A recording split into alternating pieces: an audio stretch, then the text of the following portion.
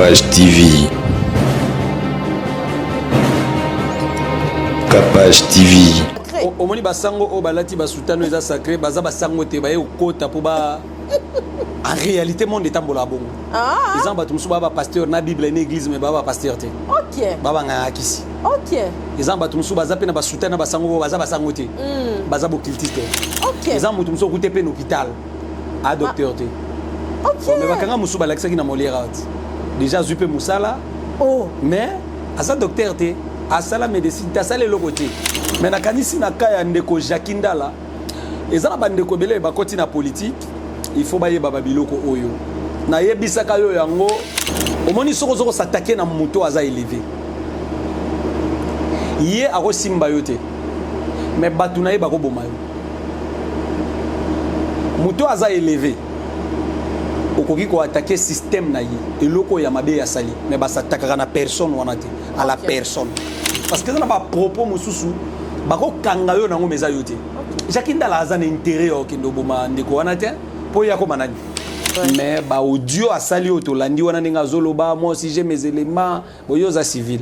Vous appelez na bagarde te aux ana éléments na yo zoko se préparer quelqu'un va tomber moni moi ba propos wana na moto si abandi ko sala politique ayebi que politique eza millier moko boyo oyo na ba risque très glissant bako yo kanga yo oui mais bakangi Jakindala liko la que babomi Jakindala même les bakangi wana babomi te azana mboka na ye azana droit ya ko déclarer loko amoni eza mabe. Azana mboka na ye azana droit koloba ke loko bo sala o eza mabe Jakindala a ces droits là ya koloba nyonso o ya moni eza ya mabe. Kokoma na niveau ya kenga pe na belema nanga je me prépare mutako kwea mutako kufa moni babiloko wana na niveau o ye azolinga kende wana eza biloko ba banani bandeko nanga ba yuri ba sala na ba ba tinu so ba souffrir ba za ba chômeur te. Il y a des personnes qui travaillent qui souffrent. Ba tout so pe ba souffrir za te ko tengana na mukanda te non yana ba tumusu pa za na mukanda me ba loka ya zo comme ça la te. Mazana poto za na mukanda. Mutunyo so foyer bakata ndenge to luka délivrance lelo ozoluko bala ozo mbongo ozo musala mais soki o se repentir te o sali confession te o accepter Jésus Christ comme Seigneur sauveur te so li wezu yo lelo moli mono ekende wat te wade za prophétie ko bosa nango te OK ata mo pepa corona bazui solution ba pesi penza ba anti nango to meli après bozu ba vaccin bozela te ke mukile kozonga ndenge to zakana ba 1998 90 ki kimia moko boye kimia kozonga souté OK. Alors on a kanisi kende ko wana ya théâtre kombo na yeli susu Duchesse. Mais mutu monta ko lo ba vérité bato ba betele maboko. OK. Te mukilo sozo lo ba vérité bato ba betele maboko te. Et lo ko lobi eza déjà vérité. Okay. Et du fait que ça vérité moko boye existera nango bako betele maboko te. Bako sepela na yiti. Neti ngande na za boye na zomo na ligoro 2 autres man église. Il faut na que nous pasteur on est pasteur ligoro 2 ko man église te za magie so ba betinga kuna so ba bominga kuna.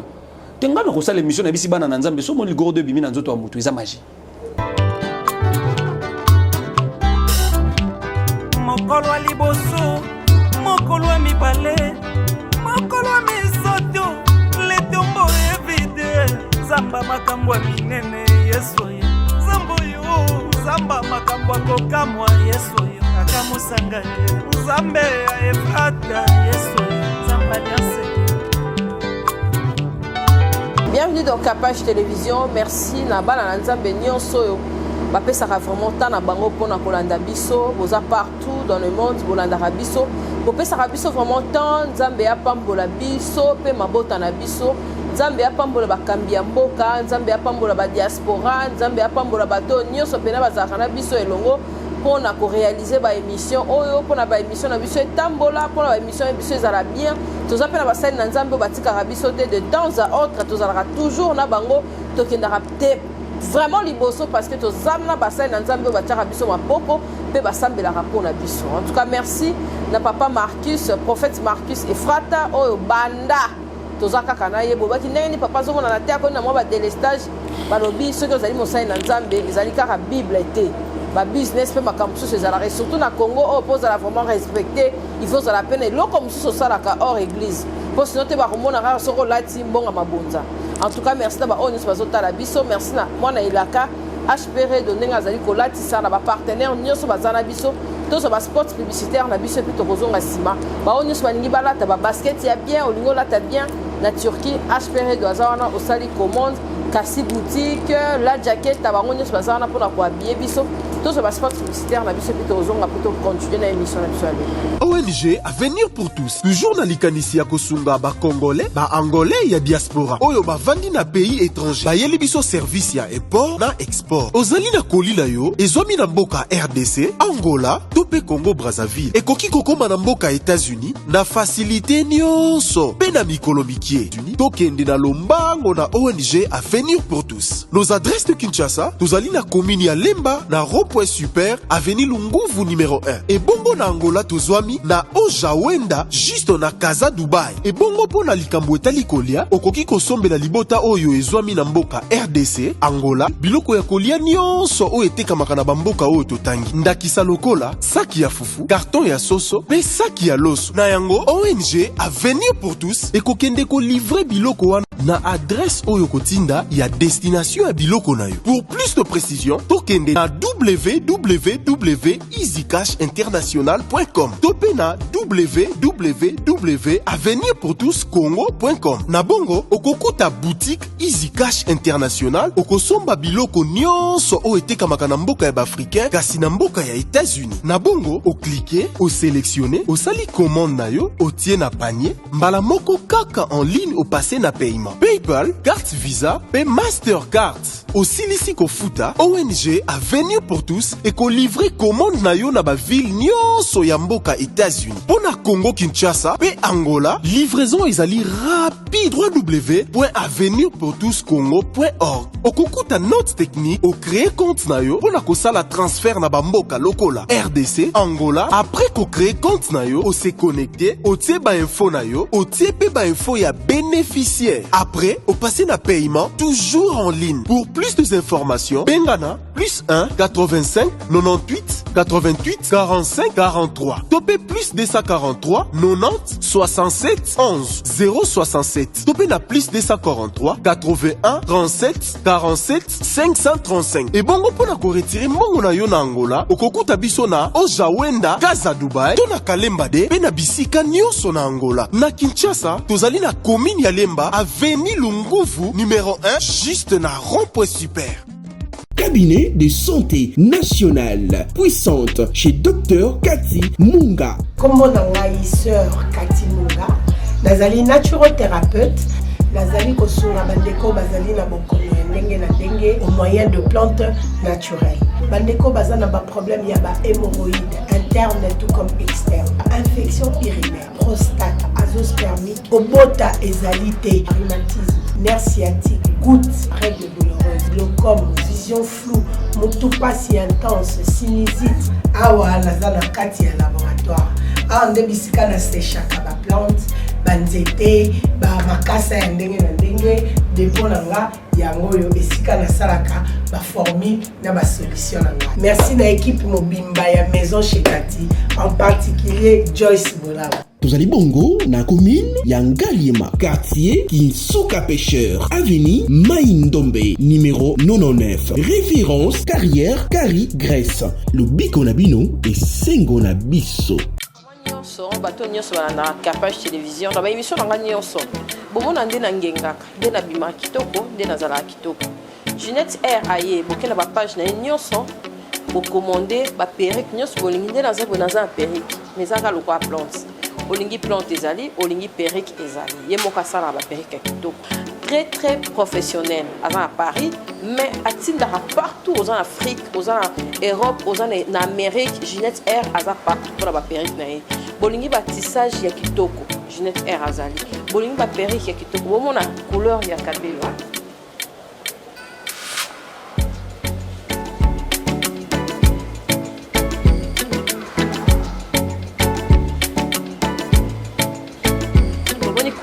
Belo, kitoko makasi.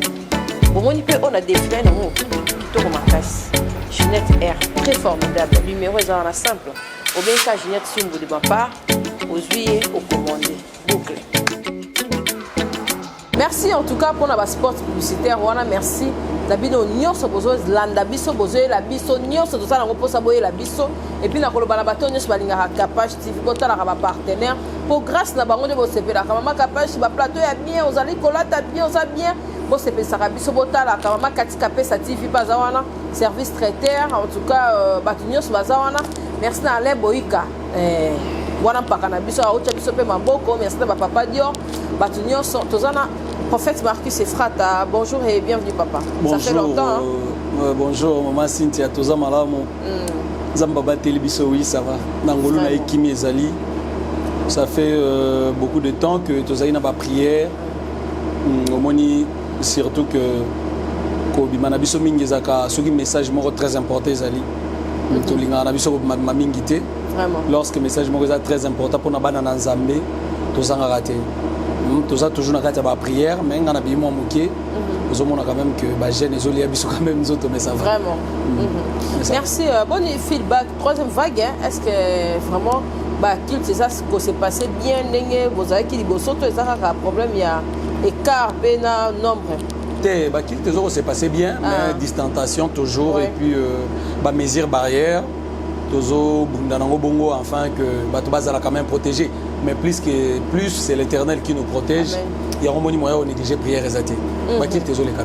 Papa tout le monde vient absent hein l'église de réveil bah église soto yebi wana na tout le monde pensa papa mosengo cardinal aye mais on dirait l'église aussi va se manifester te na habité ceux qui caméra zo bango ndete to vraiment te sentir penate que bah église de réveil ya matanga voilà non cardinal a koufi te souhaiter bah mes condoléances na biso l'église catholique et puis na libota na surtout bon omoni babisika wana na mboka na biso ezaka babisika moko boye mutu nyonso alingaka kende soki vraiment zana mutu na ye na kati. OK parce que ko ya pe boye ba télémission ba pesio kitité ça existe ça babisika wana ezaka sozo kende zana mutu na yo kuna soit bo sali délégation équipe moko communauté ki ngandi to kende kolela cardinal botindaki pe mukanda babongiseli bino place akofanda koyaka ka boye matanga ba télémission omoni biso ba prophète Efrata boye nako ya na ngai ata na télémi na ngai y a pas de problème mais mutu nyo sauter peut-être ngana yeba na ngai keza matanga na koya na ngai mais mutu mususu tanga zoya na bagarre de corps azoya ninga zoya wana akolinga te ba télémission na porte akolinga te ba tuna ye mukanda omoni ba bloko na nyo se contaka surtout que mutu akufi azaki n'importe qui te azaka même moto monene o Nzambe atomboli asali musale belé na mboka na biso à défendre ba droit ya bato belé liloba na ezalaki quand même na impact ya kosakana te même na gouvernement uti koleka molimo na yepe manakimia peut-être dans ce sens là que remarquer bato musu bayete mais en tout cas to compatir ensemble.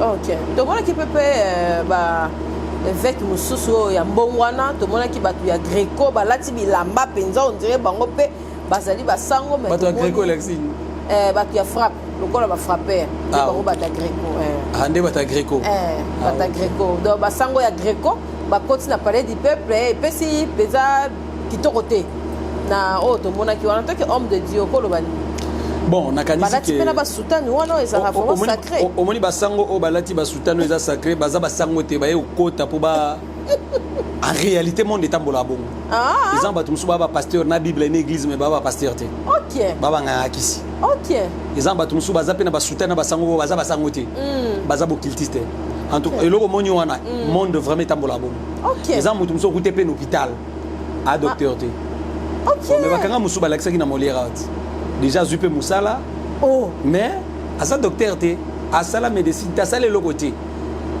azwinde mikanda ya mutu afalfia te kombo na ye asali l'identité ya mutu je crois monde etambola bongo awo tu babe batutonga ko monde etambola bongo ana vienne mo boye na quartier akenda relaxer nde babetaka tonga relaxer babloka mikemike azo ba cours mo ya ndako aola tape azoya aza pe na bato baolande na sima donc monde etambola bongo eza na bato ebele oyo balakisaka eza oyo baza te oyo basalaka mpe eza oyo baza te.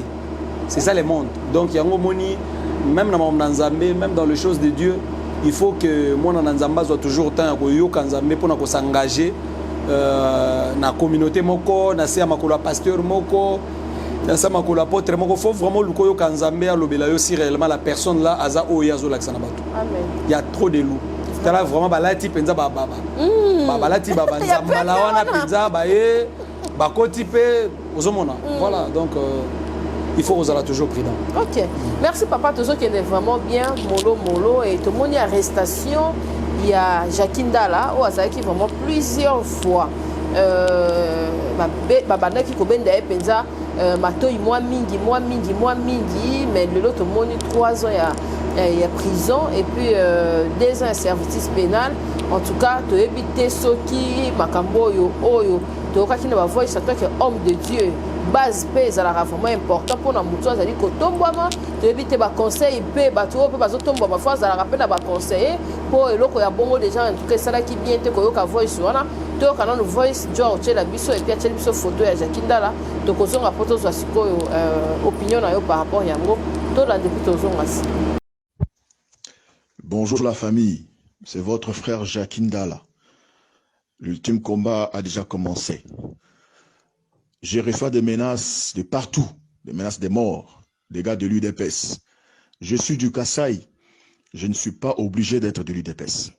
Je suis Moulouba, je ne suis pas obligé d'être derrière Tshisekedi. Depuis longtemps, ils ont commencé à me menacer. Vous vous rappelez avec l'audio, le montage. Et là, je suis accusé d'avoir tué mon frère Mars Kadiombo. C'est triste. Depuis ce matin, il y a un mouvement suspect autour de chez moi. Je vois des gens avec une 4x4 qui sont là debout avec des Motorola en train de discuter, d'échanger. Je me prépare avec mes gars. Tout à l'heure, je vais sortir à pied. S'ils sont venus pour moi, ça va barder et le sang va couler. Soit c'est moi qui tombe, soit c'est l'un d'eux qui tombe. Ce message, je l'envoie à tous ceux qui me suivront, à mes parents, à mes enfants. Si je tombe devant ces gens, si mon sang coule, beaucoup n'angati, botumbanzo tonangai, bobuaka poussière.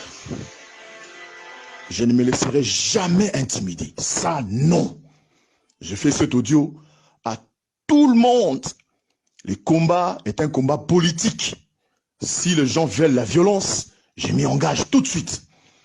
J'ai des gars avec moi, mes gars, qui sont venus, qui sont avec moi ici. Je sors tout à l'heure. Si vous apprenez qu'il y a quelque chose qui est arrivé, c'est parce qu'on a affronté Jackie Ndala chez lui à la maison. Et ça, je ne vais pas l'accepter. Je vais me défendre avec tous les moyens en ma possession. Je suis préparé physiquement, moralement et spirituellement. Je sors. Chez moi à la maison, il est 10h moins. Depuis 5 heures, cette Jeep est au coin de mon avenue. Donc, j'insiste encore. Si je tombe, parce que quelqu'un va tomber tout à l'heure là. Tout à l'heure, quelqu'un va tomber. Tout à l'heure, quelqu'un va tomber ici. Si ils sont venus chez moi me chercher, je le dis à tous ceux qui me suivent. Si je meurs dans ce que je fais maintenant là, prenez mon corps, ne mettez aucune goutte de formol. Brûlez mon corps et jetez-le. C'est Jackie Ndala, le patriote résistant. Et que ceux qui vont rester continuent à mener cette lutte. Tout, à tout moment peut arriver et je suis prêt. Que le Dieu de nos ancêtres protège les sols et les sous-sols du Congo. C'est un message de votre frère. Merci beaucoup. Si quelqu'un d'entre eux tombe, ils sont venus me chercher devant le juge. Je sais ce que je veux dire. Les messages de menaces, je les ai. Et tous les numéros des gens qui m'ont menacé, qui m'ont écrit des messages, toutes les photos des gens qui m'ont écrit sur Twitter, Facebook, les réseaux sociaux. J'ai leurs photos, j'ai leurs images, j'ai leurs noms. Merci beaucoup. Que Dieu nous bénisse. Restons forts, on est forts. Et on va continuer fort, ensemble. Jackie Ndala.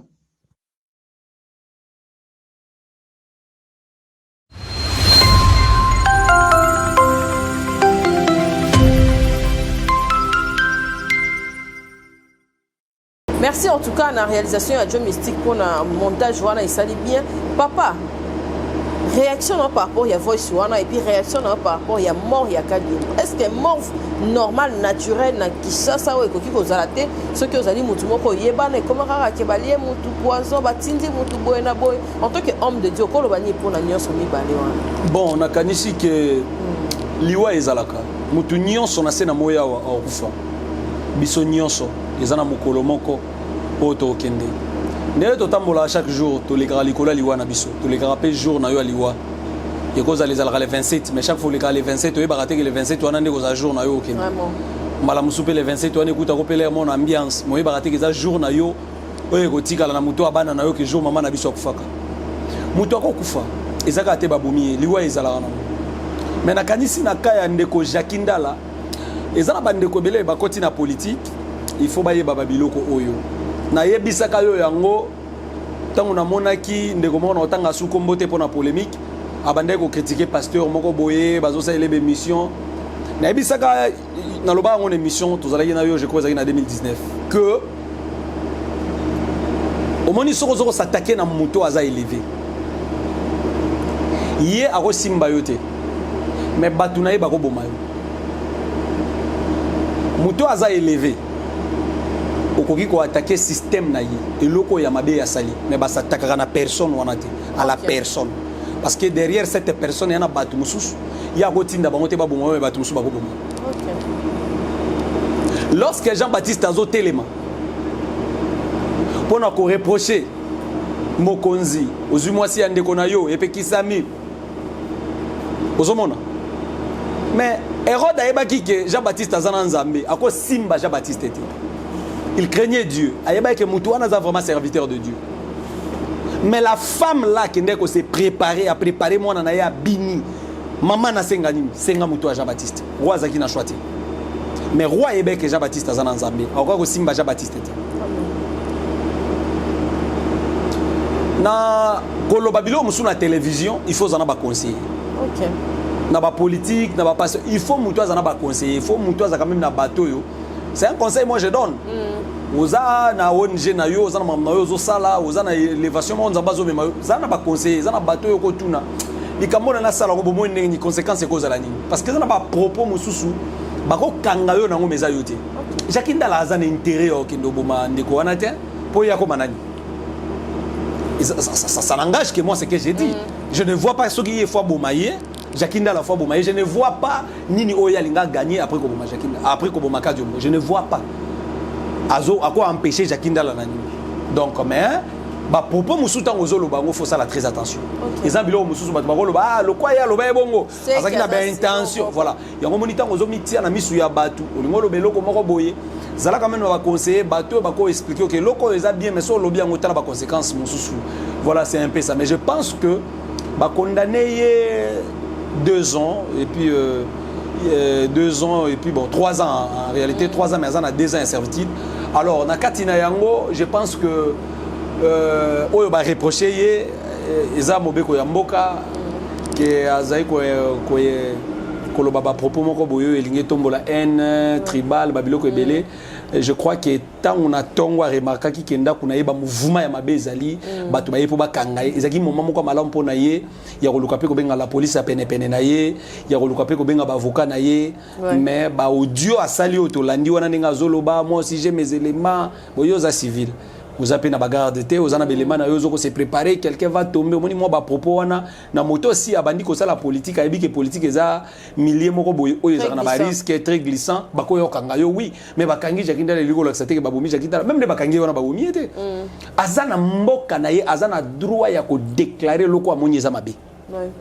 Azana mboka na ye azana droit koloba ke loko bo sala o eza mabe, jakinda la a ces droits là. Ya koloba nyonso o ya moni eza ya mabe. Mais koko na niveau ya kenga pe na belema nanga je me prépare mutako kwea mutako kufa moni babiloko wana na niveau oye azolinga kende wana za biloko ba banani bandeko nanga yi ba yuri ba sala na ba voilà donc en réalité na makambo politique aux autres on a sérieux ou ça biloko bongo te ba to ba sala on na ninga comédie mais en tout cas na ninga normal boye non sur na ninga comédie ça va et puis bon je pense que des années et qu'on permettrait à comprendre peu moi la réalité mususu aza congolais to soutenir na moment où azana nous ya ko kangama enfin qui a corrigé biloko mususu tozana posa ya Jakindala. OK. Oui, on a besoin de lui, c'est notre frère. Ouais, place ba reprocher mais kolekana so azana ba ambition politique c'est ça mabete à continuer dango tozana besoin ba jeune ba travailler na mboka ezana ba tata mususu ba umelia ba sali 50 ans ba mvoa misa ba compte à banque na bango ba tondisa bana na bango partout dans le monde ba bota na désordre bazana ba makangu ba futila ba ndaku ba yibi mbongo wa leta bazana ba carte o bazako bimisa mbongo na trésor public ba nganza mawana ba sali lango ba kisi ba bomela yango batu aujourd'hui tozana besoin quand même classe politique échanger ba jeune ba kota kuna ba travailler ba ya pena ba idée mususu ya sika surtout que tozana président oyo azape nanu ya sika na makambo yango auti mbala moko na ndako ya un politicien do papa na ya za grand politicien président auti kuna yebi ba réalité yebi ba secret déjà ya mboka yebi makambo belé alors ba jeune ba poussa na ba travailler enfin que mboka kende liboso tozana vraiment na besoin ba division te ba loi oyo ko apporter rien na mboka te tozana besoin ba bloc mususu wana te omoni mais je crois que bango na ngambu ya ensemble bazali côté mais la loi ya ndeko Tchani je crois que loi wana ezape mabete ouais mboka fait kambama au moins na moto aza 100% congolais je pense que même na Bible na Israël bazo ki sacrificateur ou aza motaliban data comme sacrificateur et salamate batakati ba onze moi linzanza onze moi le problème ezaka que na tante oza oyo mboka ils ont traversé moi ba crise moi makambo belé tozana on a besoin gouvernement fongola misu na mai courant ko lia social ya batu en tout cas ba loi musu wana bazila eza bien loi wana mais bazila eza bien loi wana eza malamu mais bazila nanu balandela no makambo mususu mboka eza no dollar bande mate mata ba garantie ndako ba vota loi moko boye kitana 3 mois batu ba respecter ngo te l'état landela kati ozomona ton na besoin ba bloko mususu mboka yango yo banda balobi prix ya sususu ki kitaye kitina nti ozomona 2500 tozo zela nanu congolais a sepela le peuple d'abord nanu to monyango na misuti alors beaucoup me lobela biso sko ba loi d'abord ba loi wana nyoso o eza nanu loi wana ko zela eza mabete loi ya ndeko Tchani eza mabete mezela nanu bo privilégier no makambo eza intérêt peuple nanu ba crime yango ezo sala mabutu moyi bazo kidnapper bana et comme donc makambo eza belé o l'état fois landela na mboka ozomona donc je pense que à cause ça 3 ans na ya prison soit 2 ans oui na né mesure de grâce ko zanga te ozongela musala na ye to soutenir ye mais aye ba propos na ko loba lukape ba conseiller ça sera une très bonne chose tous on a besoin Congo ba congolais ba sangana ba panzana te vraiment merci l'homme de Dieu Marcus Efrata ba programme ya culte ces années tous on a ba programme na biso mardi mercredi jeudi vendredi donc tous akana mardi mercredi jeudi na vendredi 4 cultes na semaine. Tous on a 2 cultes et enseignements sur l'homme qu'on appelle Jésus. Donc tous on a 2 cultes et enseignements sur l'homme qu'on appelle Jésus. Dans il y a 2 cultes, on a tous on a enseignement, il y a repentance, il y a réparation, il y a conversion. Puis tous on a 2 cultes où ils ont enseignement, ils ont moukié, mais ils ont culte, il y a délivrance. Ils ont toujours 16h30 à 19h30 pour nous couvre-feu. Voilà donc il y a réveil en tout cas bobé tarabat mort de 15h à 20h non ba maman na banda réveil marié bazolamba teka badadi non ce qui dadi ya lobi ya ka intercession 12h non maman omoni kanga batuti to kanga batuti 21h to ezaka biloko batu baloba juste pour ba mi sepelisa pour ngape avant na comme pasteur nazala pe quelque part na vanda rapé na ndako nanga donc na ebi l'air ni na ko kende église. On encourage les gens à travailler. Mais jour où ils vont travailler, il faut y prier. Moutoko tambola na sena moya wakana prier. Na mokili awande to vandi na sena moya tozoluka biloko mibali. Tozoluka nanu bokonzali kolo na sena moya mutu tozoluka stabilité. Aoluka mbongo. Mais faut enseigner à bango koluka pe misala. Mais nazoloba mais oluka mbongo ndeni na musala. Oui. To enseigner kango. Chaque année tozana thème moko tolobela pendant 30 jours au thème ngo ezalaka les travail. Tout le bélango pena yokala les travail mutu ko gagner vinde ni soka travailler mutu faut travailler mutu faut travailler et bon mutu ngo yo lona na kati église soka travailler ta kozongo wapi il faut mutu travailler ngo moni na kati église ngamo na za premier partenaire na pesa ka ba maman mbongo commerce otala ba image na pesa mbongo ba kende koteka ba bateka kate na sala ngo des fois non seulement to bimisa bat na hôpital non seulement na ba image ezali ya examen d'état examen d'état oyo ndenge salami bana nyonso basala examen d'état l'église ngamo na futi natali ba paré belé bazana ba difficulté na ABC intercession bo enregistrer bango to enregistrer bango en pleine culte to lexi bango liboso to bondeli pona bango na zo engagement ngamo na futi examen d'état ya bana nyonso basala examen d'état l'église donc ko tia bango caméra je crois que au salango après ce qui bazu ba résultat bimi po ba kozwa to bondelaki ba kozwa alors tout ça là qui on pona ko aider bango mais ce qui possibilité zalaki tout ça qui pendant na souci à okende na kisensu na kata kanluka kuna kotala pe bekol musuko sola na ba inspecteur ya bekol parce que bango bato bayebi ki en tout cas moi noyo apparemment ko sala te makokeza te parce que to ko le cas direct na banate fallait to sala ngo bongo mais so nzamba souhaite to sala ngo prochainement donc on encourage les gens de travailler On encourage les gens de travailler. Nakati orphelinat. Bato ba travailler en orphelinat. Dans une église, non? Kingani yo bon au salarate ya kalambela bana orphelinat. On les paye. To chaba ngwana teke no orphelinat comme église nzamba ofuto non. To futa bango. Bato ba sa en orphelinat ba batela bana to futa bango. Futa bango. To bunda ke na makoki nzamba opesa mukie to futa bango. C'est comme ça, donc il faut travailler. Ils ont dit Moussalande Moutazora Valère, ils ont dit Moussalande Moutazora Pamboulama. Donc on encourage les jeunes de travailler, mais les kilts, les abiloko, il faut respecter. L'air y a prière, ils allaient y a prière. Batunion se va souffrir parce que bazan une salade. Ils ont battu Moussou à travailler qui nous famille et kangaï. Bien qu'à travailler côté mbongoné à kindaki mon anakate. Azo travailler mazo souffrir. Soka zumbo ko bana babandi malade. Soka zumbo ko ba problème yé na famille. Salaire na yé moko aye barata salaka na moni. Est-ce que mutu wana yo yebi seka travailler non, ezamba batu mususu a souffrir te pour za chômeur. A souffrir pour lokama, misala na yeke ndakali bosote. Commerce ne bénéfice à mon arati. A ko somba biloko ya teki, biloko azoteka au bénéfice enfin monanité. Ba douane ba ni tanga oteka ekwe. Eloko yazo somba na moment yazo teka ne ba yebi seka eloko wana na marché et eteka masute. Ozomona ke aza influence diabolique ezali kolo mutu ezo landele na misala ezo batu nyoso ba souffrir baza ba chômeur te. Il y a des personnes qui travaillent qui souffrent.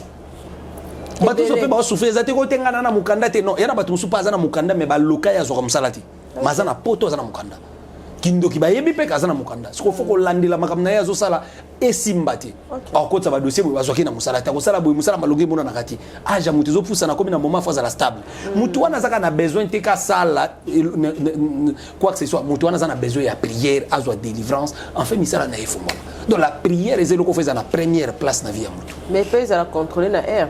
Pardon? Il faut contrôler la air. Non, ils ont contrôlé la air. Qu'il te zobanda 16h30. Celui Saint-Esprit ça quitte ba. Te wana zabilo ba to lo ba rapona ko zanga ko eba.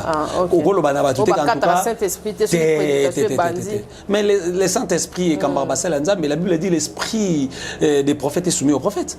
Déjà tant yo o yebi que non air akilti ko ki ba to fo bazonga ndako. To zana couvre feu yo ko lexa ba to l'air te o lo ba que non en tout cas Saint-Esprit muté bande ko manga non. Non. Non, au salaire, on peut-être exprès aux aguines à besoin de l'exabatulaire. Qu'il te allie 16h30 à 19h30. Alors, au début, les chrétiens ne sont pas respecter l'alerte. Donc, on a un moment matin à 18h, on a sur côté à l'air. Alors, ils ont un soupé pour un embouteillage. Ils ont soupé na kendara musala, mais musala faut aussi la respecter. Pe musala nae, ndezoboko lae. Enfin, il y a peine à kilt, mais kilt il faut qu'on respecte en haut. Prière, mutako sala nanda il y a pas de problème parce que ne comment place là dans bi pasteur azo insister na ba kilt, Bible zolo ba église eza mutema na yo ko bonde la peine nanda ko na yo, Bible lobi kota na chambre na yo. Écoutez, ils ont makambo ofo yo kango kaka et pas ya musala na nzambe. Ils ont ba enseignement musu ko permettre yo bonde là. Ils ont ba prière musu yo moko ko sala lobi kité, mais un ange intercesseur au Bible zolo bana mukanda il y a Job chapitre 33 so bandi ko tanga na 16 17 18 ozo kita au mona ke Bible zolo ba so qui même liwe telemi liboso amutu et que bitumbe telemi na bomo inaye enfin Bible zolo ba une lutte continue bandi na bomo inaye bitumba moko ezo lité na ye ou ezo continuer na ye c'est que libulu ya ku faisait liboso amutu mais s'il se trouve pour lui un ange intercesseur un d'entre les 1000 moko nakati ya ba 1000 oya ko bonde la pona muto nzamba ko donner na ange intercesseur à délivrer muto wana donc ils aura toujours na ba prière o faut ba salela yo na moto oya pa kolami oya za ouin même lorsque Dieu a choisi David a vu que David a okamba Israël Dieu envoya les prophètes Samuel pour oindre yi OK donc ils a toujours na bateau baza supérieur spirituel o faut ba bonde la pona likambo na yo nakati église muto ko découvrir comment ça la repentance. Dans cette église, nous avons découvrir comment est-ce que face à la conversion, la conversion, la confession, toutes ces choses, nous avons découvrir dans la prière, nous avons découvrir dans le sambo. Et ça, nous découvrir makambo. Donc voilà, il faut vraiment qu'on se lève dans le sambo. Qu'on respecte ba veiller ba prière service ya prière ya ngwa nezo continuer tozo bondi la pona ba déconso bazana ba problème partout dans le monde nzambe alola apambola ba déconso ba holanda biso partout ba prière ezo continuer en ligne pezo continuer na église. Merci moto nzambe papa prophète Marcus Efrata. Merci en tout cas mama Kassi boutique prophète na biso Marcus Efrata zawana veste épée ya fidélité au sala bien. Tout ni péta ya papa, John Mystique ou des pères on est causé là, ah wati lelo, Kassi boutique et au ça vraiment bien parce que vous posez partenaire papa ou melipé. Maman Kassi boutique dans ma pambola, pambola musala na. OK. Papa tu peux comment on a ba informer biso papa na biso Cardozo Mwamba wan Kena atiki biso kaka sikoyo attend tozosala émission okoloba nini liwa eza nini et puis azalaki mpe mécène oyo aide mpe bato ebele okoloba nini par rapport ya reine na se ya mokili oyo.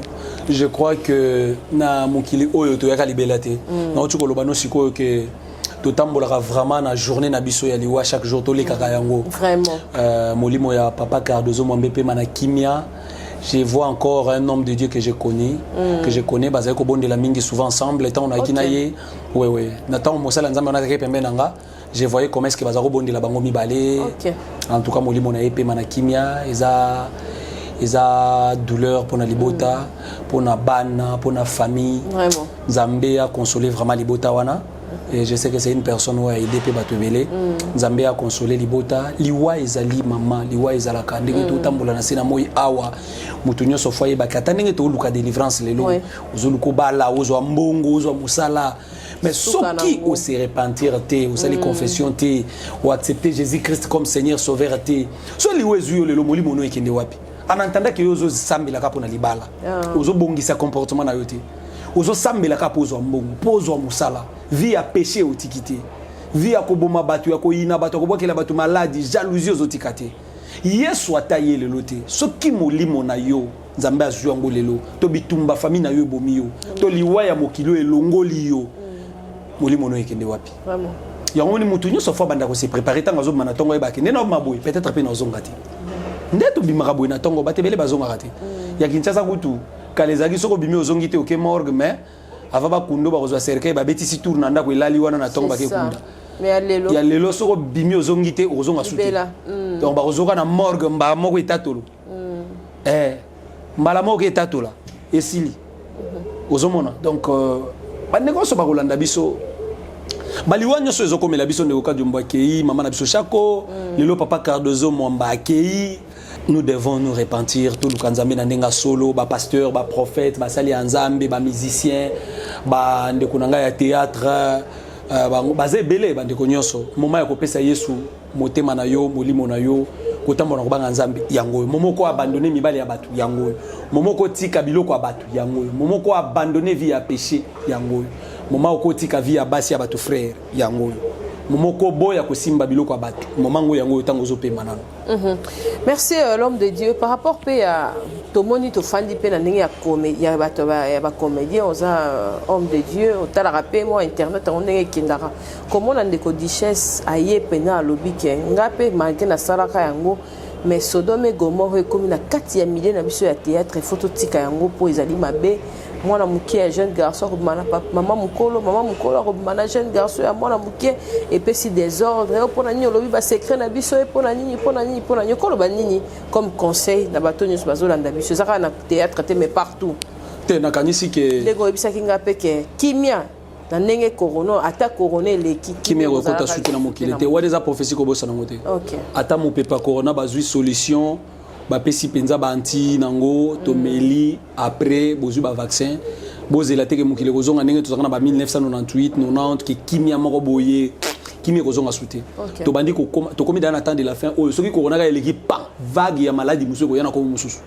donc to bika ba événement moko ya bongo to komi attendre la fin mokile kozwa su kimia o tozanga na okalate saf ko bosa na ngote. Alors on a kanisi kende ko wana ya théâtre kombo na yeli susu Duchesse mais mutu monta ko lo ba vérité bato ba betele maboko. OK te mukilo sozo lo ba vérité bato ba betele maboko te et lo ko lobby eza déjà vérité et du fait que ça vérité moko boye existera nango ba ko betele maboko te ba ko sepela na yiti mais l'essentiel qui est à lobby bato bazoka nzaka ka lobby tika lobate omonye loko lobby wana yana mama mususu ezana mwana mobali mususu ezana jeune garçon mususu abande ko sala vie wana après ka ko lobali kamana bi ngape fonatique iloko pena na zu conscience ya lo mo pa mabe peut-être pe yango mte blokanga juste parce que ndeko moko a interpeller bango bo bando condamner ka falaka lobango ndeni fallait neti ngande na zaboye na zomo na ligoro 2 zo man église il faut na que nous pasteur on est pasteur ligoro 2 comme man église teza magie so ba bettinga kuna so ba buminga kuna tenga na ko sala émission na bisi bana na nzambe so mo ligoro 2 bimi na nzoto wa mutu eza magie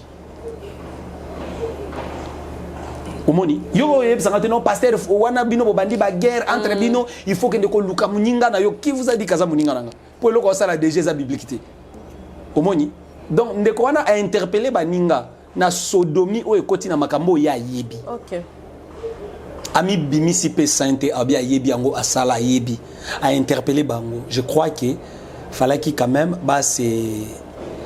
ça la quand même preuve il y a sagesse ça la kaniti ba yo kité mais c'est comprendre entre bango mais au moins biso tous en attendre la fin nazo continuer ko lobali kambo OK Bible zolo ba na mukanda ya Michel l'homme du bien a disparu bato malamu ba bungi mama lelo komi frère na frère ndi bazo bomana bazo samba na parquet déjà lo lobi wana epesi occasion ya bato batala peut-être et lo mo malamu ya zakana ngo bazana ngote ba profiter ba salir ba lo ba mabe na ye l'homme dit bien a disparu tous en un moment au mutema mabe même ko bisa mutu vérité que mon frère azion mabe à cause de mabe moni donc tous en un moment mo oyo to comme natanda fait que jalousie haine ezé loko yo mutazo la mokanango ce qui surtout animé là Yesu na katité aza vraiment chrétien pratiquant c'est difficile aux hommes même l'église un jour to nazote na tuni bandeko soki camarade na yo moko bokola na ye botanga na ye bobandaka na ye université lobby camarade no na zumbongo amati apambolami tango zotala ndinga mati apambolami bokola na ye bovanda na ye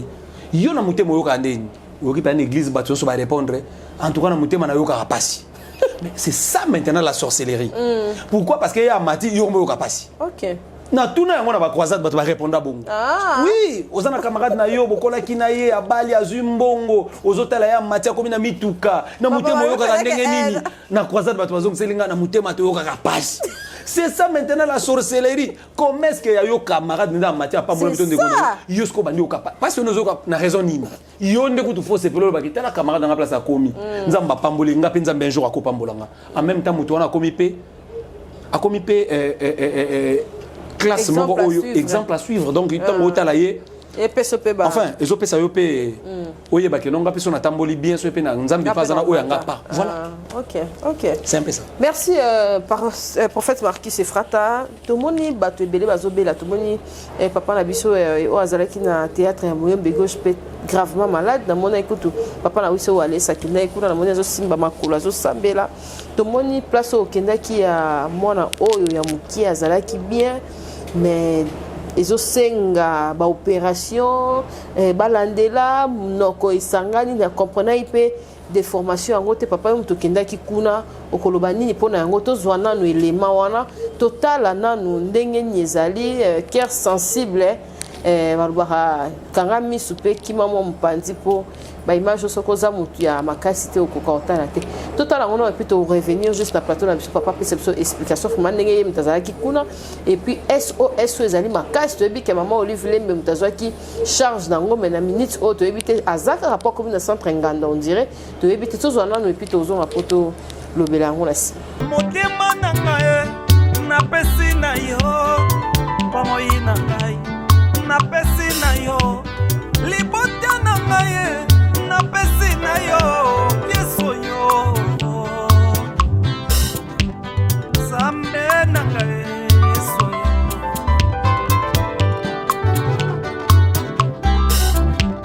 mokolo wa liboso mokolo wa mibale bato pe bakufaka mbongo etika mobateli balaluka na eglise osoki ezalaki l'image on est écrit koleka mais on va bien que sur avec boya a pas vraiment quand tu es qui to se présenter après c'est sur ba komba ba tout monde tout à on santé na eza à faire des barres remonter santé na elle mais ba vite ça charge ya maman la charge na elle à part ba makambo sous parce que ba après opération faut installer sur la chimiothérapie parce que vous avez des informations d'opération. Ça reste opération sur la 2012. Okay. Après 9 ans, il y a un peu de choses. Dès tout ça, on a examiné mon commun et on a pas de santé. On a déterminé qu'ils ont cancer. C'est quoi on dit tout ça, tout ça, c'est la remontée santé. Mais ce qui est bleu, tout côté qui scanner. Radio, comme ça, tu as la vie à docteur. Dans un premier temps, alors, il y a comme difficulté. Bon, difficulté, c'est qu'il y a une charge, il y a une charge,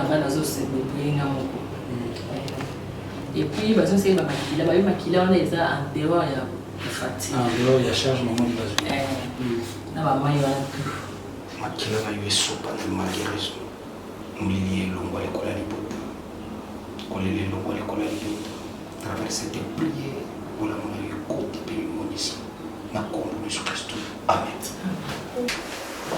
Merci botika malamu motema na ngai napesi na yo bomoi na ngai napesi na yo libota na ngai napesi na yo yesu yo sambe na ngai yesu yo. Vraiment namoni ba image wana moto na Nzambe Marcus Efrata olongwe pena ma campagne inde ti na bibo akotala mwana na biso azali souffrante elekaki ndenge nini epi eloko nini esimbaki yo parce que bato so akotala mpe boye elobi nango yo mpe eloko te. Bon nakanisi ke bandeko bamoni nga nayebi ke bato ebele bakotala batali babi e pasi yeme basuki wana alors faki na avancer mwa moke likolo ya pasi na yokaki ba image wana na tali yango na chaîne moko ya mboka na biso awa je crois RTGA na tali yango na monaki yango tant na moni yango na bi ah Seigneur pourquoi komelinga na tala image j'ai commencé à prier na oki Saint-Esprit bisinga faut kende sur place alors lokwa na monaki soso wana bazaki vraiment na besoin makoki na monaki na koyepe ko aider bango ata na moki ona zanango ndi fallait na sala descente wana parce que na yebaki ke na kati ya nyonso wana mutu akozwa ta ba milliard acheli bango mais soki eza bitumba ya molili décider liwa soki prière ezate mwana wana obikate pourquoi na yebiki nazana nzambe ona ko bondela likola mwana wana fallait na déplacer ndo moni descente na salaki na initiative plus tant on a commis sur place d'abord ko sola na téléphone ba yebisinga non mama Olive nde a chebiso nanu awa OK na lingaki na vanda na ndako na bi bon lokola mama Olive asungaka déjà bato azana mbongo c'est que bon peut-être prière mais esprit moi bisinga kende kaka mais na komaki sur place bomoni ke mama nde azo ya mbangai na libanda ya hôpital to continue na kati to moni état ya mwana to sali prière to zui o ezaki contribution na ngai personnellement prophète na pesi mais tant on a solina mama ebisinga que hôpital ezui charge ya opération. OK. Mais charge ya ba traitement pour faut basala mwana wana chimiothérapie. Je sais pas si on a prononcé ngo bien ba terme médical. Pardon? Chimio. Merci beaucoup. Chimiothérapie. Merci beaucoup. Donc fallait basala yango parce que moi naza faible. So ba opérer bon ko zala bien ti. Alors ba traitement wana ya chimiothérapie wana tout ces temps ezozwa il faut bango moko ba bimisa mbongo bazana makoki wana ti. Maman a expliqué nga boye. Même kokoma na bango l'hôpital wana eza ba camarade ya université ya la fille OK nde basala ki cotisation pe mama ebisinga na mukuse eza première fois te na 2012 evimbaka muke ba opéraka OK mais touro yo na ndenge zongeli je crois bino so bozomona alors ba image oba otale pa na ba première image bo mona différence que tongo zota na buto zo ko ezo s'aggraver moi na zo konda sous makasi alors tout ça là qui prière to pesa ki contribution na biso mais na kanisité ko biso to pesa ki koki et kokité ezaka moko zo senga intervention batebele alors à ma grande surprise na benga ki maître avocat na benga lisusu mama poto kendaki na ye po aye ba état de santé ndenge mona la muki parce que to komeko benga na téléphone ndé maître ebisinga non papa bazali sous na initiative plécité na hôpital wana ba pesi bango ambulance ba yebisi bango kuna ba traitement mususu na ba pareil mususu ezate ba déplacer bango nanu batini bango na centre nganda place ndeko vital caméra zala ko se soigner hôpital wana ez hôpital moko pe oyo soko zana makokité okokate photo bana ba vérité bandeko bazana Kinshasa ba yebiki centre nganda quand tu n'as pas de possibilité oko mema mutu kuna ba traiter kuna eza mama yemote ozomona alors ba komi kuna na meki ko solana mama ayebisi ngai na téléphone que place to komi awa en tout cas toza assuré sous nelo côté ezaka batu ya mawande bazoya ko aider biso OK bande ko s'il vous plaît bokolandanga partout ngai nazaka mosali ya nzambe na yebi pe libota wana te mais na yebi ke bazabana na nzambe na yedaki ona ko aider na ko pesa bino numéro na ngai te o bozomona sur na bas de l'écran non wana eza numéro so ozana besoin de prière ozana ba mari de nuit olingo sala repentance oyiba biloko abatu ozana maladie moko incurable na kobondela pona kobika mais pona kosunga ndeko bozotala image s'il vous plaît bozwa numéro oyo nazopesa yango mais ndeko jo akotia yango pe na bas de l'écran akotia yango wana bokozwa numéro oyo bozozwa numéro oyo ozobenga maman ya la fille yemoko donc so bengi numéro oyo ozozwa la maman de la fille na hôpital sur place osololi na ye yo moto za na posa ko aider okoki ko aider mais lokola za na hôpital aza yemoko garde malade parce que na sola ine mo makambo ebele ona ko loba wa tes vie privée ko déplacer na epeko za la pasi soki po moni ko kene musika na numéro benga mama Cynthia Kapashi na numéro na ye so lingo sunga ndeko wana sunga même na numéro na ye quelque chose na yo mama Cynthia zana bajo bato baza bako déplacer bazu quelque chose no bakomi kuna batiki atakuna ba téléphone Orange Money okole quand même na nzela mama Cynthia bako aider ndeko wana. Le numéro est allé 082 47 83 883 082 au check code 082 47 43 883 oko sunga bango yo moto ozana motema ko sunga parce que dernier appel nanga na ebisinga place bazana centre nganda baza susuna moto azozo bango so en charge te place wana zo senga bango bandeko ba aider bango mais zana mo bandeko pe oyo en tout cas ba koma ki déjà pour nous pesa moya maman ezanga raté mais en tout cas bandeko nzamba pambola bino déjà bato boko ko sunga biso déjà to salaki et puis nakanisi ke soki na longwa ba même nazo ke suko bondela pona mwana en hôpital je passe encore là non ça la sous prière pona lelo et puis intercession zo bondela pona etoli ke nzamba ko sunga mais za kamoko ko tala yango na niveau komi ezomona na penza ke zo senga prière makambo ezebele mais nandingue komeli on dirait ba négliger qui débit nango zomona vraiment que même opération il faut vraiment na éviter nga na zamunga ngate peut-être pe centre nganda ko linga bimisa bango libanda mboka à ce que je vois nazomona on dit Kamoro na Kinshasa penza nazo banga basalangwa na Kinshasa oui mais Nzambe akosunga na prière toujours ça. Merci homme de Dieu. 7 jours, 7e jour, thème Nabiso.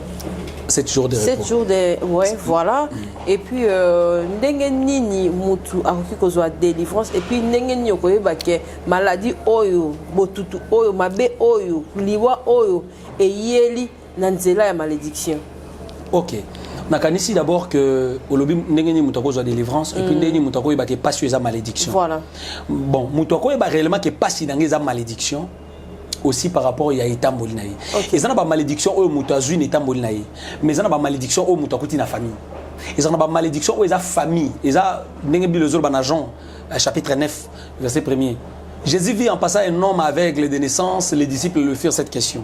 La Bible parle d'un aveugle de naissance, ou la botami aveugle. Donc, aveuglement à botami nango. Ils ont pas malédiction, musu muta botami nango.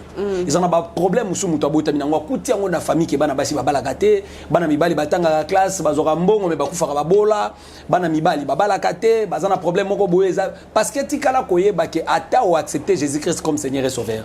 Kobo sanate ke ba lien ba loi et ça bloqué ko exister et longwa automatiquement te faut les kana ba prière. Mais le vrai problème est que tant que mutu azobota ma accepter Jésus-Christ comme Seigneur et Sauveur, pour avoir délivrance, il faut moto oya les kana repentance. Il faut moto les kana confession. Il y a une grande différence entre repentance et confession. Mutu azozwa repentance kaka soki alandilitea. Bazote la parole de Dieu, kolongola bazemi. Ozosopa makila wane kokanga un jour na kombo na yo nzamba ebisaki Kayen lokolo sopi mande makila ndeko na yo Abel mabele o emeli makila elakeli yo mabe muto azosopa makila mabele o yefwa lona po ebota ememele bénédiction et comme dire misala na ye tôt ou tard muto so landilité ya boye place aza ayoki passe un exemple abi ngapi na longola bazemi na sala pe mabe wana repentance na kati ya motema na ye maintenant faut longa étape wana ki na confession ayesi ko liboso mosala nzambe parce que zana biloko uko se repentir seul était il faut solonga na mosala nzambe ngapenza ndenge na zabwe tela mamna sala ta mamna sala mosala nzambe na ko sala nini po nzambe abimisanga likambo repentance na repentance ezaka na modèle ya kolexela ngo na délivrance muto akotanda kwa nganga ye ko ebiso ke nazana biloko nganga pesanga na ye ko tubela prière na ye zandenge mo na mutalongo lizemite muto azo mobali ya bato ekolo bake nonga tukana bana mobali ya bato nana posa nkolo yo kelanga mabobondi la ponanga orientation ba ko pesa ye po malédiction ane longwa likolo na ye ekokana na muto ya uti na magite ekokana muto azali ko sala ba masturbation ti ekokana na muto abande ko bika na lesbianisme te ekokana muto azala ki pédé ekozala très différent orientation wana alors orientation na muto ko zongo kana nzela mosala nzambe qui a aussi la connaissance de la parole de Dieu. Amen. Alors, délivrance ezo uta na biloko wana. Mutu fazo connaissance, na nzela repentance, na lité ya ozo lobela vie na ye, to libota na ye, ake na confession. Après confession mutu skwa ebike, nde na sali confession boy na leki na zui baptême ba étape wana nyonso zui baptême na ye. Après wana mutu skwa ebike a wana komi chrétien. Atako na sekwi na vie ya péché. Mais balien na balo ekatanité. Il faut qu'on a banda ko kata yango na prière. Bakata yango la prière ndenge nini. OK. Tangu Yesu asekwisi Lazare. Yesu ayebisi ba yekoli Lazare si asekwi. Mais déliez-les et laissez-les aller. Jean chapitre 11. Déliez Lazare et laissez-les aller. Asekwi déjà muto asekwi zalo kwa muto atiki masumu bimi na babote de nuit atiki via mabe andimeli Yesu muto aza ressuscité. Yango yoki na tombe ya Lazare. Yesu alobi ôter la pierre. Marie alobi il sent déjà. Yesu alobi na ye ne t'ai-je pas dit que si tu crois tu verras la gloire de Dieu. Yesu alobi si Marie na Marthe alobi je suis la résurrection et la vie.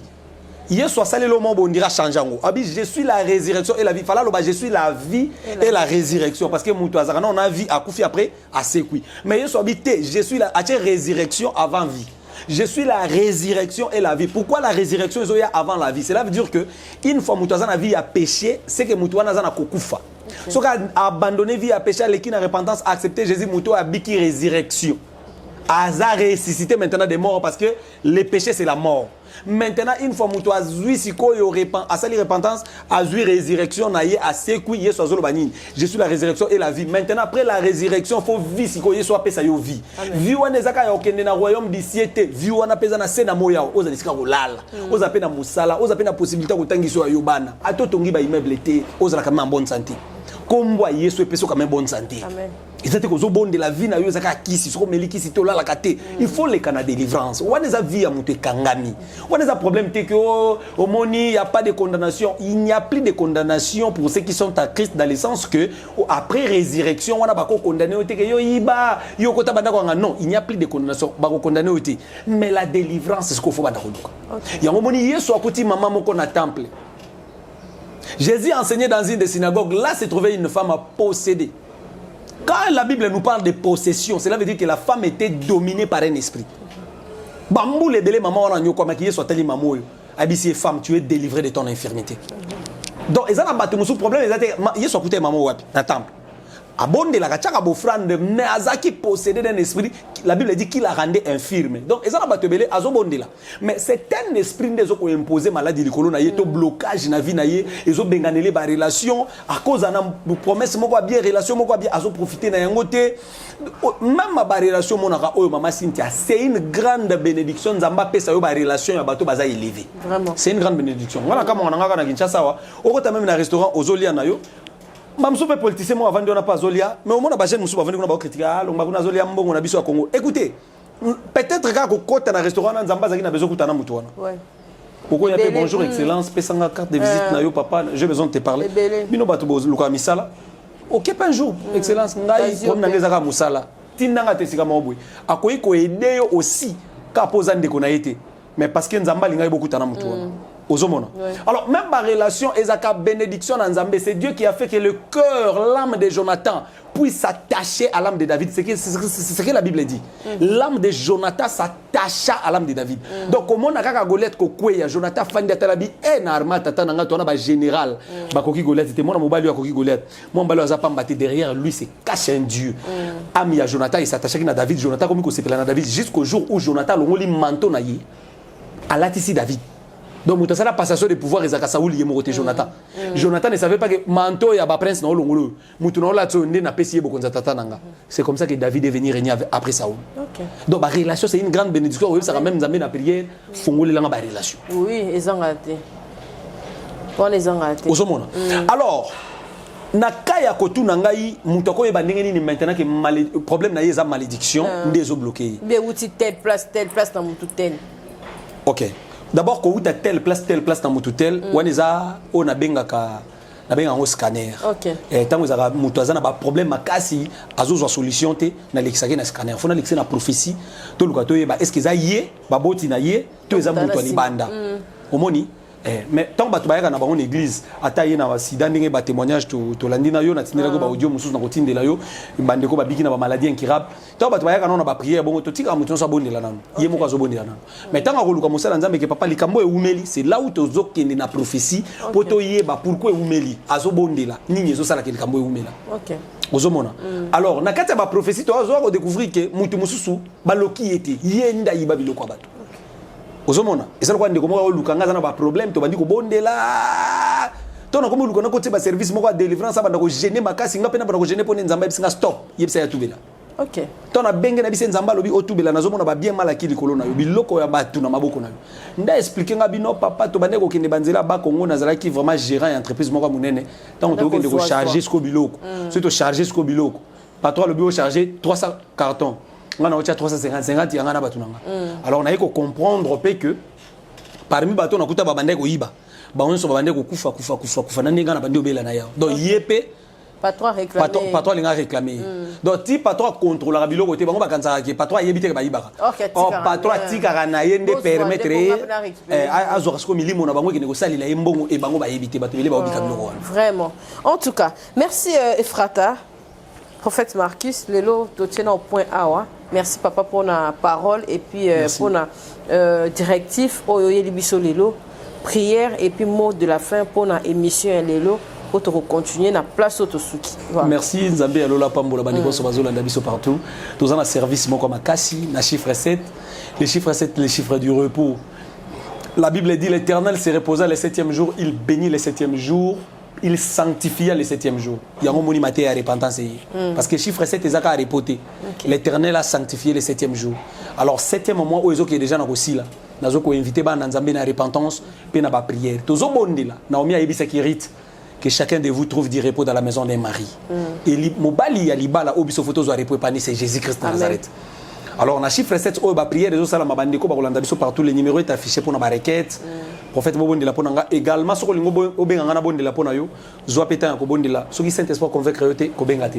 En tout cas, nous avons une mission pour que na benga batu verenga na yana critiquer mutu batu ba monanga mosantu non au bon de la soki nzamba lobi na yo en tout cas c'est mon serviteur uko benga na bon de la pono kobika na yo nzamba ko sayelo bolam yo mutu za convoquer ko landa émission oyo ba numéro wana is affiché au routine de la requête mais au préciser combo na yo parce que combo mutu ko permettre intercession ndenge to bondela nzamba lola pona mama Cynthia pona frère Joe ba bondela pona yo alors nzamba lola pambola ba ndongo so balandi biso partout programme na biso eza que toza na Kitambo cimetière nzamba lola pambola bino avenue Air Congo numéro 68 kolwa kansila bandiko so balanda biso mode de la fin ngeza nzamba pambola yo amen apambola bandiko na biso bazana sima kuna équipe mobimba capage télévision amen nzambe lola pambola bango tombola bango bazomona na batu moko bazana décision ko travailler et na ebiki na kata musala oyo na Yesu nzamba ko pambola bango amen prière ngeza likola bandiko nyoso balandi biso na hôpital na malade na prison na bandako na ba problème na libala na foyer na ba complication na musala na bondeli. Le Dieu de ma vocation, le Dieu de mon appel, le Dieu de mes alliances, maman, papa, nous sommes dans mission oyo, parole oyo, a bénéficié de quelque chose, mais mon livre, on a eu visité. Le beau qu'on a eu qui a arrangé tout ce que le diable avait dérangé. Après cette prière, ma botagne, ce jour de prière, on a un problème, babika solution, au nom puissant de Jésus-Christ de Nazareth. Amen. Amen. Merci l'homme de Dieu, Marcus Ephrata. Merci Dieu mystique à la prise de vie. Merci d'avoir oigné ce balandi biso numéro à l'homme de Dieu Zawana. Bobengi ceux qui vous suivent, c'est qu'il y a une intercession, to azana cher, moi yamba ezati, azana page na officielle. Page na biso ezali bandeko ba Hollanda prière déjà partir à Boutou. Prophète Marcus. Déjà partir à 23h au commis prophète Marcus Ephrata. Wana on a page Facebook au s'abonner au mon prière de Jésus les canaux enseignement na YouTube pour l'anda enseignement au commis prophète Marcus TV. Ndé ba commis prophète Marcus wana na TNT bandeko ba Hollanda na Brazzaville na Kinshasa au proclamer télévision na yo au monde na TNT Marcus télévision. Ils a déjà na Kinshasa partout ba Hollanda na télévision au Hollanda pe ba programme. OK, merci. Merci d'avoir eu lundi biso. Bye, à la prochaine. Au revoir. Linga mingi na kombo na yo, baseki na mingi na kombo na yo, sambe na ngaye, okay. Liloba ya suka, esipa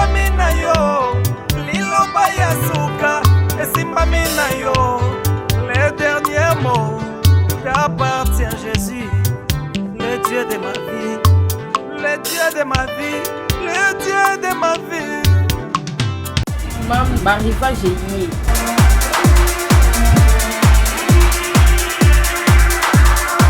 mama zala bopeto mwana mpe azala na bopeto na ye turo eza 2021 baage nyonso na marke eyie babasket basondage les zero ati kosala na lombangu boya awa na marke nyonso ezali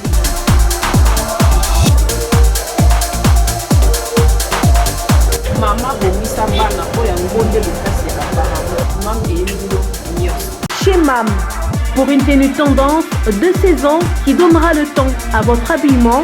Vous cherchez des costumes, chemises, pantalons, chaussures, des baskets, robes, sacs et autres accessoires de qualité, pas cher pour toute la famille. Découvrez notre collection.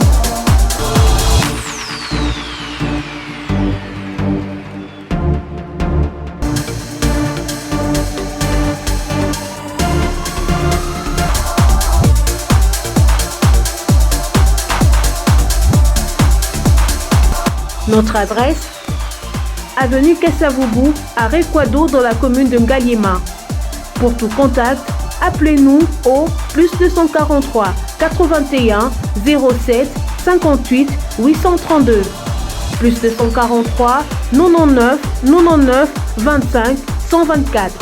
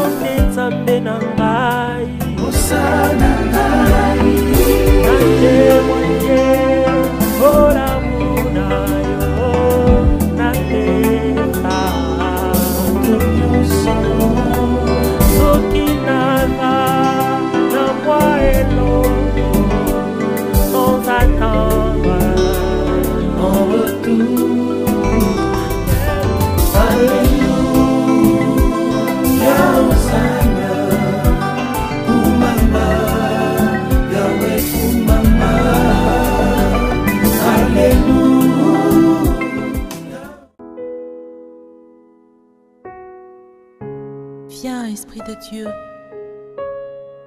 toi qui intercèdes pour nous par des soupirs inexprimables, viens nous envahir. Amen.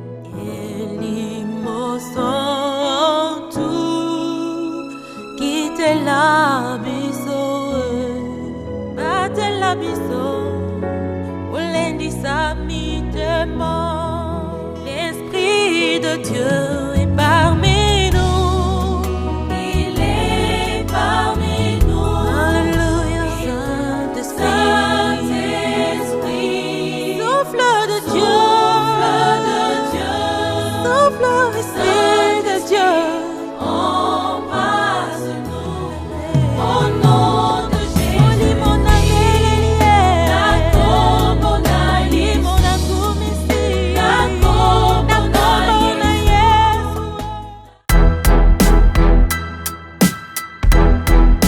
Oredeso commercial Kinshasa.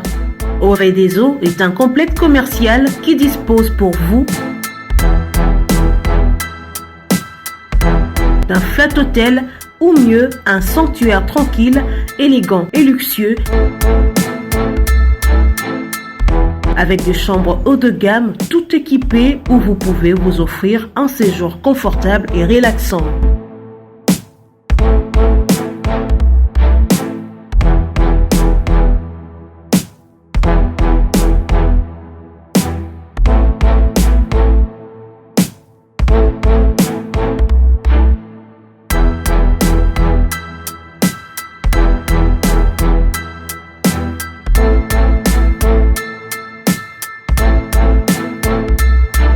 Notre restaurant vous propose une exquise cuisine qui fait le bonheur de gourmands. Vous cherchez un endroit pour vos réunions ou conférences? Oredeso dispose d'une mini-salle de réunion parfaitement équipée avec une capacité d'accueil qui répond à tous les besoins.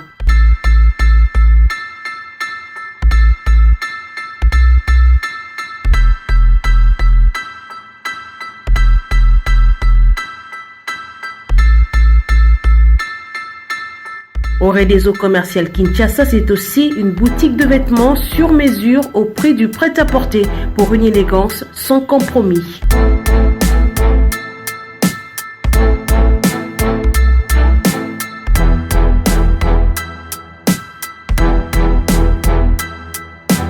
Et notre agence fret et transfert d'argent vous propose un service rapide et de qualité défiant toute concurrence. Retrouvez-nous à Kinshasa au numéro A8 de l'avenue d'Ibaya, quartier Matongé dans la commune de Kalamou, derrière la maison de la Bible, et au numéro 44 de l'avenue Baoumbu dans la commune de Matete. En Angola, martyr de Kifuangondo vers l'aéroport international de l'Angola. Et puis en France, 29 rue de Paris, 94 190 Villeneuve-Saint-Georges. Au Réseau commercial Kinshasa, au service de tous.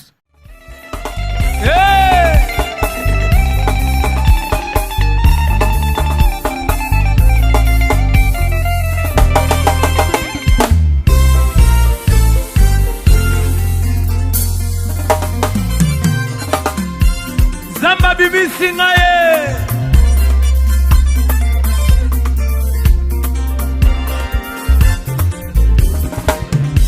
Lelo Zamba bimisinga Lelo Zambe abimisinga Na futi mbango te Lelo Zambe abimisinga Lelo Zambe abimisinga Alonga linga na makambo ekobo Lelo Zambe abimisinga Lelo Zambe abimisinga Est-ce que moto za ten Zamba bimisi Kamoto bapesa kanga chance tena fio Balobaka na kosala nini Me babosani kenga na tambola kana yo Capage TV Capage TV